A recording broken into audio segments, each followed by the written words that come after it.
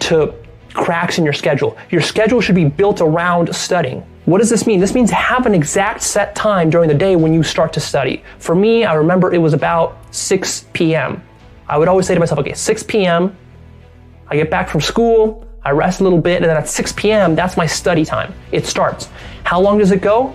Well, that depends on how much assignments and homework I have, but it would go for at least an hour or two, and sometimes it would go for 4 or 5 or 6 hours. And it would start at 6, and you would usually end like around 9 or 10 or after that. And it would vary. But I think what's really important is to have that starting time. 6, no matter what, 6. Sit down and study. Open the books, sit down, study. It doesn't have to be 6 for you, just come up with your own time. And you're doing this every single day. What's important about this is that it leads us to the next point, which is you have to get comfortable and you have to slow yourself down in order to study effectively. You can't rush the studying process. And one of the secrets that I use is simply brute force, right? A lot of the issues as a student that I dealt with, the things that I couldn't understand, I just brute forced them through repetition. And this repetition can take time. Also, you have to be patient with yourself. Sometimes you're not going to understand the problem right off the bat. So you just kind of repeat it, mull it over, and that means sometimes it takes you longer. So instead of finishing a quick little math assignment in an hour, it might take you 3 hours. But that's worth it if you calm yourself down, get comfortable, slow yourself down, kind of open yourself to absorbing this information. Right? This is where the love of it comes in. If you don't love it and what you're doing is you're just kind of rush studying through stuff just to learn it, like cramming for an exam, that's just horrible.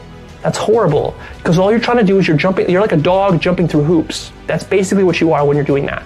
Because you're saying to yourself, well, I got to pass this exam in order to get into college, to get good grades so my parents like me. That's just hoops like a dog you're jumping through. Don't do that. Instead, what you think about is like this.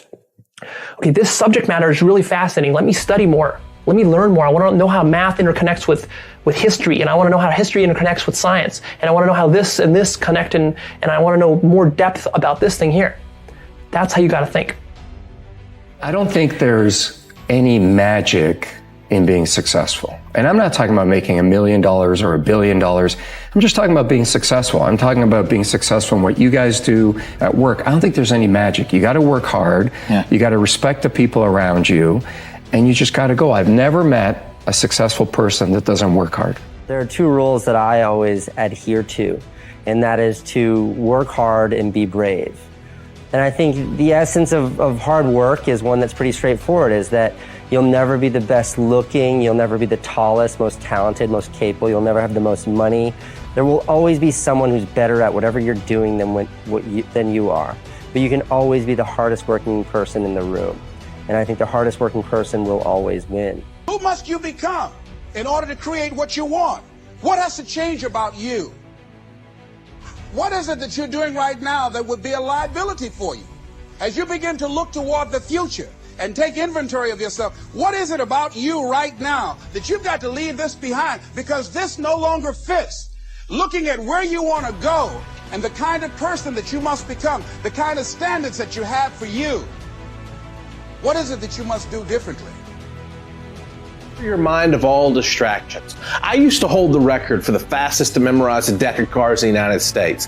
And sometimes before I would memorize a deck of cards, my brain would be worried about things in my life or things that were going on. So what I would do to clear my mind of all distractions is I would close my eyes and I would visualize those scenarios the way that I wish they were or the way that I hope they would be one day. And then I would open my eyes, I would be relieved of that stress, and then I would memorize a deck of cards.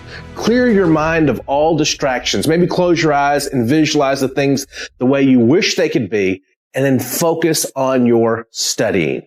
Depending upon how well you want to do, and particularly if you're starting a company, you need to work super hard. So what does super hard mean? Well, when my brother and I were starting our first company, instead of getting an apartment, we just rented a small office and we slept on the couch.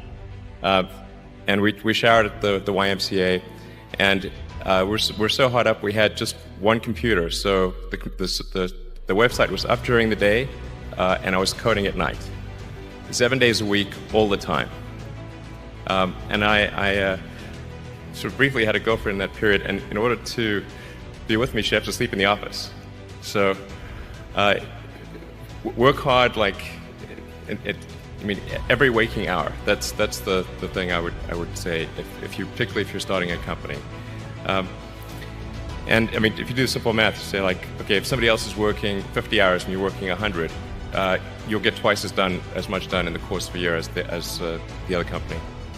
If you want to learn something faster, you must first and foremost know the connection between what you want to learn and your dream life, your real lifestyle that you want to have.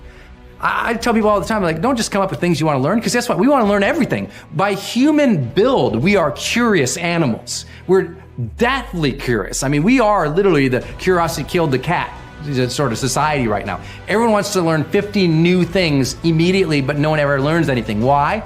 Because it's not real for them. It's a transient desire. If you want to become a great learner, it has to be attached to a dream life of yours. A true lifestyle that you see for yourself.